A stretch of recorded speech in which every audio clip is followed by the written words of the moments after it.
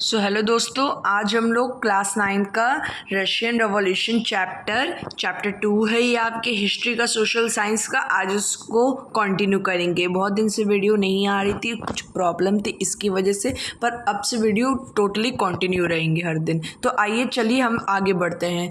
हम लोगों ने पहले पार्ट इस चैप्टर का पढ़ लिया था, जिसमें हमने पढ़ा कि सोशलिज्म कैसे आया यूरोप में, सोशलिज्म को फैलाने के लिए कौन कौन से फिलोसोफर की अहम भूमिका रही और कैसे यूरोप में सोशलिज्म सपोर्ट किया गया, कैसे सोशलिज्म को सपोर्ट किया गया यूरोप में, ये भी हम लोगों ने जाना। और कौन कौन सी मेजर पार्टीज बनी थी सोशलिज्म को मोटिवेट करने के लिए। जैसे हम लोगों ने एसपीडी पार्टी का नाम सुना, लेबर पार्टी का नाम सुना, जो कि यूरोप में बनी थी ताकि सोशलिज्म को सपोर्ट किया जाए। आज हम लोग इसके नेक्स्ट पार्ट पे आते हैं, जिसका नाम है रशियन रेवोल्यूशन। आज हम लोग पढ़ेंगे कि कैसे हुआ था रशियन रेवोल्यूशन, किसकी वजह से हुआ और कौन कौन सी चीज़ें रशियन रेवोल्यूशन के अंदर हुई, ये आज हम लोग समझते हैं।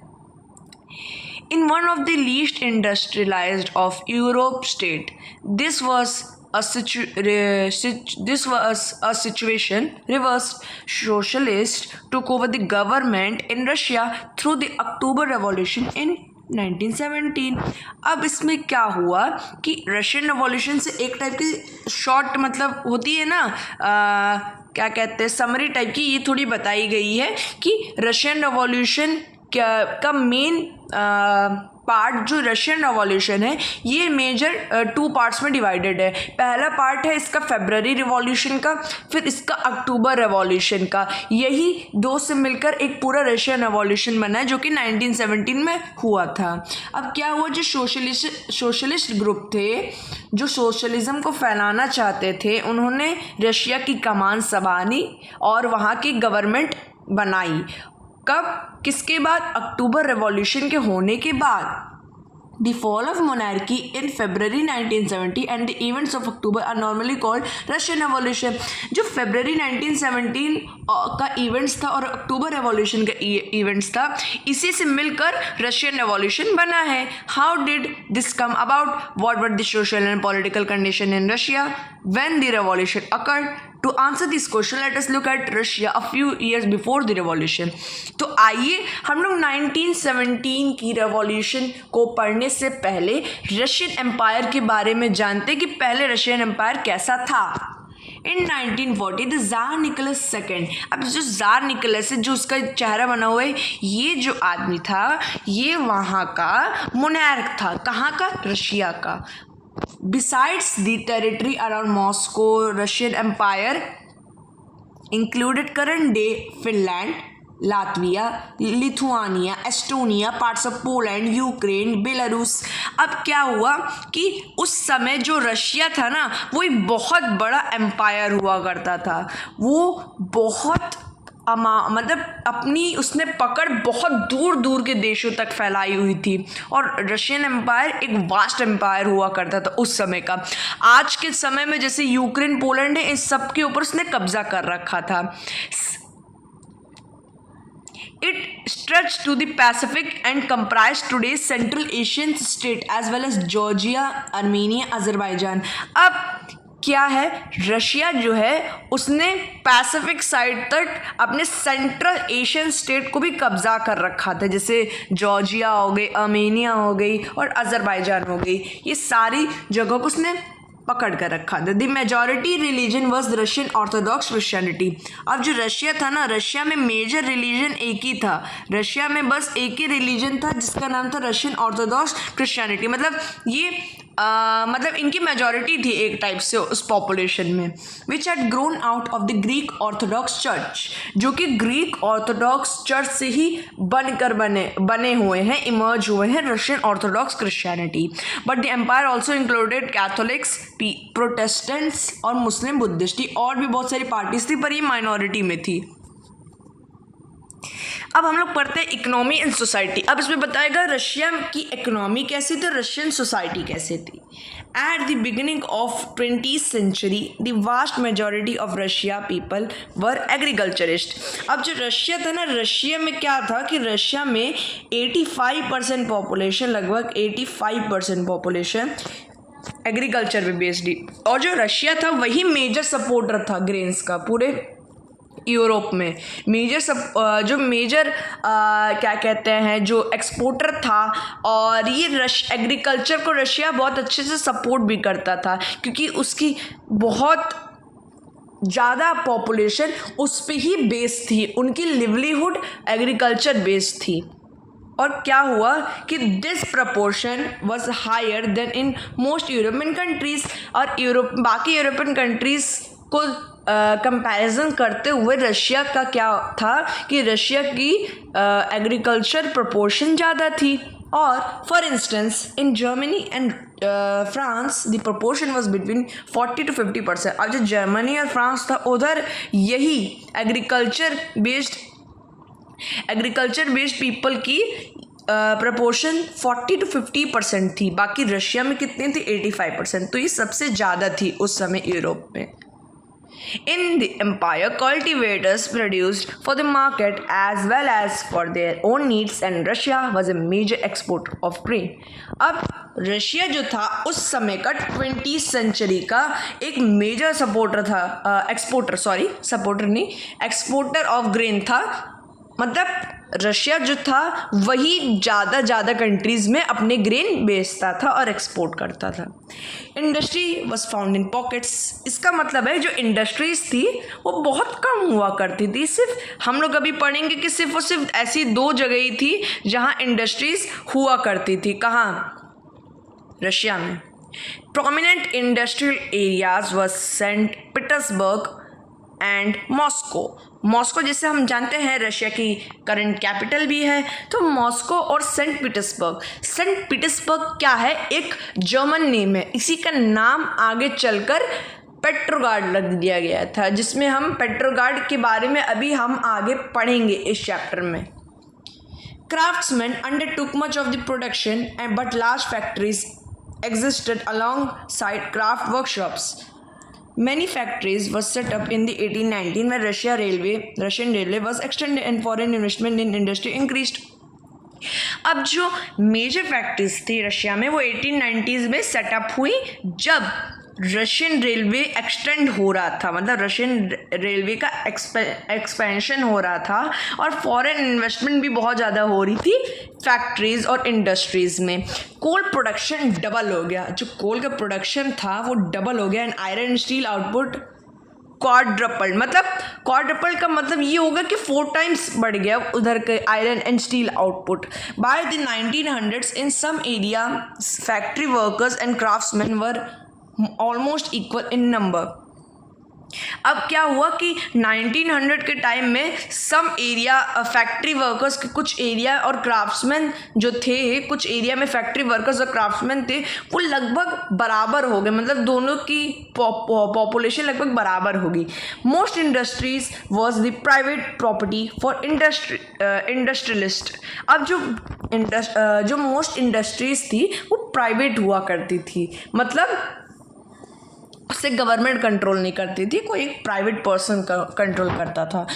Government supervise large factories to ensure minimum wages and limited hours of work. अब गवर्नमेंट को क्या इंश्योर करना पड़ता था कि उधर फिक्स्ड टाइम से ज़्यादा काम तो नहीं करवाया जा रहा, 8 से 10 घंटा तो नहीं कराया जा रहा, 8 से 12 या 15 घंटा, तो वो इंश्योर करती थी। और उधर की मिनिमम वेजेस भी सेटअप की गई थी कि इतना तो वर्कर्स को देना ही है, इससे नीचे नहीं देना है, तो उसको भी इंश्योर करती थी गवर्नमेंट का ये काम था। But factory inspector could not prevent rules being broken. अब जो फैक्ट्री इंस्पेक्टर थे वो इन सब रूल्स को ब्रोक होने से प्रिवेंट नहीं कर पा रहे थे। In craft units and small workshop, the working day was sometimes 15 hours.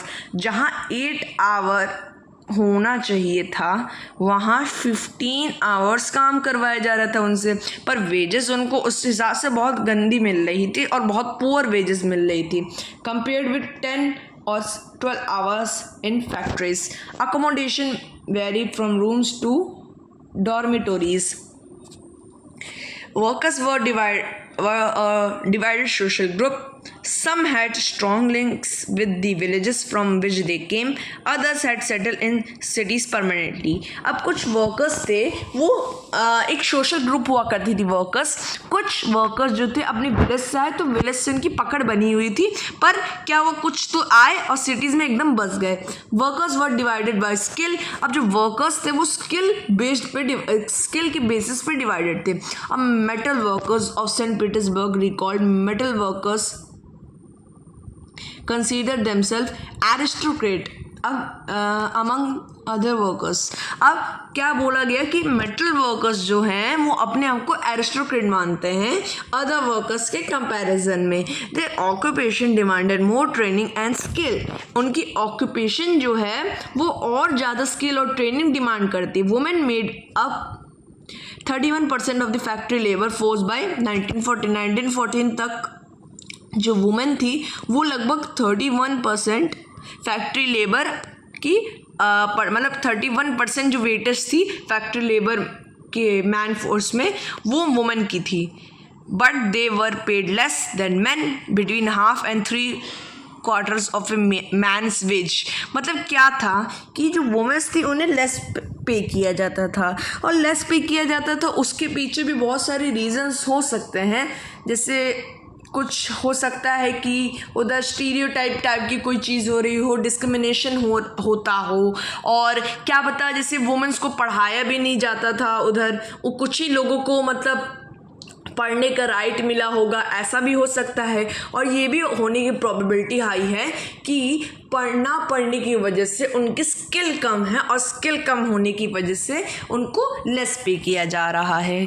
Some workers formed association to help members in times of unemployment और financial hardship, but such association were few. बहुत सारे association भी form हुई workers की daily life improve करने के लिए और उनके वर्किंग आवर्स को भी मतलब रेगुलेट करने के लिए बहुत सारे एसोसिएशन बने, पर वो उनके नंबर जो था एसोसिएशन का, नंबर ऑफ एसोसिएशन बहुत कम थी. Despite division workers did unite to strike stop work when they disagreed with employers about dismissals or work condition. These strikes took place frequently in the textile industry during 1896 to 1897 and in the metal industry during 1902. अब ऐसा नहीं कि workers चुप बैठे हुए थे, अपने मतलब काम उनके साथ जैसा करवाया जा रहा था ज़्यादा और उनके वेजेस उनकी उस हिसाब से नहीं दी जा रही थी, तो उसके लिए उन्होंने आवाज़ तो उठाई. उन्होंने बहुत सारे मतलब स्ट्राइक्स भी लगातार उन्होंने बहुत सारी स्ट्राइक्स लगातार की, जैसे 1896 से लेकर 1897 तक, और एक मेटल इंडस्ट्री में भी 1902 के टाइम पे. मतलब उन्हें जब वो जानते थे कि उनके साथ बहुत ज़्यादा गलत हो रहा है. In the country side peasant cultivated most of the land, but the nobility, the crown and the orthodox church owned large properties like workers, peasant too were divided. अब क्या था कि कंट्री साइड मतलब जो विलेजेस थे, villages में जो peasants थे वही most of the land cultivate करते थे, पर जो लैंड हुआ करती थी वो लैंड किसकी होती थी? नोबिलिटी की होती थी, या तो क्राउन्स की होती थी, या तो ऑर्थोडॉक्स चर्च की हुआ करती थी. They were also deeply religious, but except in a few cases they had no respect for the nobility. Nobles got their power and position through their services to the Tsar, not through local popularity. अब जो nobles हुआ करते थे ना, nobles को ऐसी नहीं कि उनके मतलब लोकल पॉपुलैरिटी है, मतलब उनकी थोड़ी पॉपुलैरिटी है उसकी वजह से उनको उनकी पोजीशन पावर मिल गई. नहीं, उनको पावर मिली through its services to the tsar. Tsar को वो कैसी सर्विस प्रोवाइड कर रहे हैं उसके हिसाब से ही नोबल्स को उन नोबल्स के लिए उनकी पावर मिली नोबल्स को. This was unlike France, where during the French Revolution in Brittany peasants respected nobles and fought for them. अब जो ऐसे ही मतलब जैसे फ्रेंच रेवोल्यूशन में जो था नहीं था, जैसे फ्रांस जो था, जहाँ फ्रेंच रेवोल्यूशन में क्या हुआ था कि पीजेंट्स जो थे वो नोबल्स की रिस्पेक्ट करते थे और उनके लिए लड़ भी जाते थे पीजेंट्स के लिए, मतलब इतना ज़्यादा रिस्पेक्ट करते थे. In Russia peasant wanted the land of the nobles to be given to them. अब जो रशिया में एकदम अपोजिट सिचुएशन थी. रशिया में क्या था, जो पीजेंट थे उनको अपनी लैंड चाहिए थी, नोबल्स की मतलब उनको लैंड चाहिए थी. कुछ नोबल्स ने कुछ पीजेंट्स लैंड भी हड़पी थी तो वो उन्हें वापस चाहिए थे. फ्रिक्वेंटली दे रिफ्यूज टू पे rent and even murdered landlords. In 1902 this occurred on a large scale in South Russia, and in the 1995 such incidents took place all over Russia. Russian peasants were different from European peasants in another way. They pooled their lands together periodically, and their commune mir divided it according to the needs of the individual families.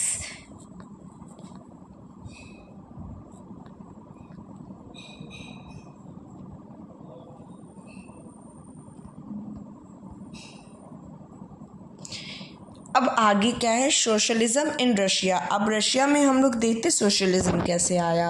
And political parties were illegal in Russia before 1914.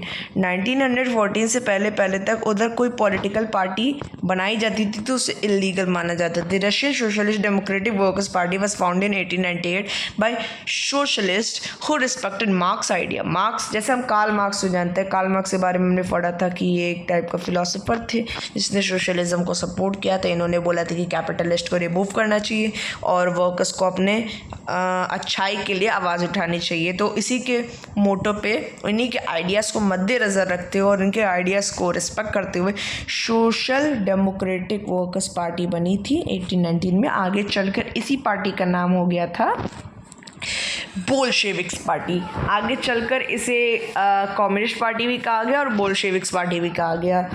However, because of the government policy, it had to operate as an illegal organization.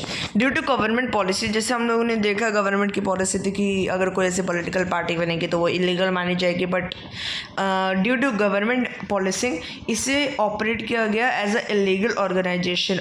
मतलब इसे illegal रखा गया ऐसे organisation क्योंकि उधर तो इसके लिए परवानगी मिली नहीं थी. It set up a newspaper, mobilise workers and organise strike. इसकी ये जो पार्टी थी ये रेगुलर फ्रीक्वेंटली न्यूज़पेपर में अपने मतलब उनको जो चीज़ें चाहिए थी उसको सबके सामने रखती थी और स्ट्राइक्स भी ऑर्गेनाइज करती थी. Some Russian socialist felt that Russian peasant custom of dividing land periodically made them natural socialist. So peasant not workers would be main force for the revolution and Russia could become socialist more quickly than other countries. ऐसा माना जा रहा था कि Russia जो है वो socialist बनेगा ज़्यादा तेज़ी से अदर कंट्रीज़ में. अदर कंट्रीज़ जो थी यूरोप में उधर भी मतलब सोशलिस्ट बनने के लिए लड़ाई चल रही थी, पर ऐसा माना जा रहा था कि अदर कंट्रीज से पहले रशिया ही सोशलिस्ट बन जाएगा. Socialist were active in the countryside through the late 19th century. They formed the Socialist Revolutionary Party in 1900. अब 1900 में एक Socialist Revolutionary Party भी बनी. This party struggled for peace and rights and demanded that land belonging to the nobles be transfer to peasant. अब ये जो party थी ये बोल रही थी जो लैंड है जो कि नोबल्स को दी गई है ये पीजेंट को ट्रांसफ़र हो जानी चाहिए. मतलब जो पीजेंट चाहते थे उन्होंने इसी चीज़ को डिमांड किया. Social Democrat disagreed with socialist revolutionary about peasant.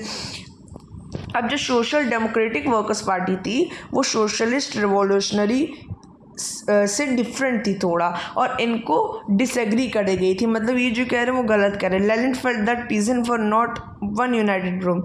Some were poor and others rich.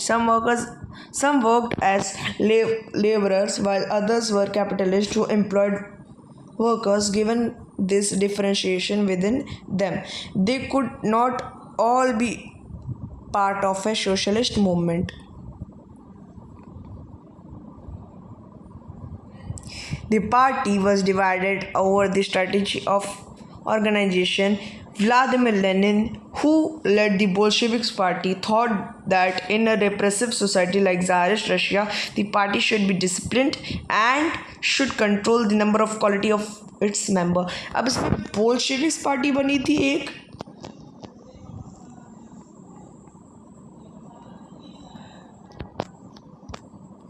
और एक बनी थी मेंशेविक्स पार्टी।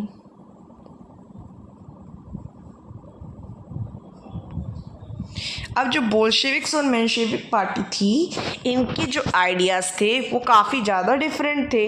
जैसे बोल्शेविक्स पार्टी के लीडर व्लादिमीर लेनिन बोलते थे कि जो पार्टीज़ के अंदर जो मैन भरने जाने चाहिए ना, वो क्वालिटी ऑफ मैन होने चाहिए, मतलब उनके पास वो डिसिप्लिन होने चाहिए, उनके अंदर सिंसियरिटी होनी चाहिए और कुछ स्किल होनी चाहिए। अब जो मेंशेविक्स था वो चाहते थे कि पार्टी है वो सबके लिए खुली होनी चाहिए, जैसे कि जर्मनी में था कि पार्टी सबके लिए खुली हुई है, कोई भी आकर इसमें अपनी जगह बना सकता है। अब आगे वाला 1905 रेवोल्यूशन या नेक्स्ट वीडियो में पढ़ेंगे, क्योंकि अब वीडियो थोड़ी लंबी हो रही है, तो नेक्स्ट वीडियो में हम इसे पढ़ेंगे। तब तक के लिए बाय बाय।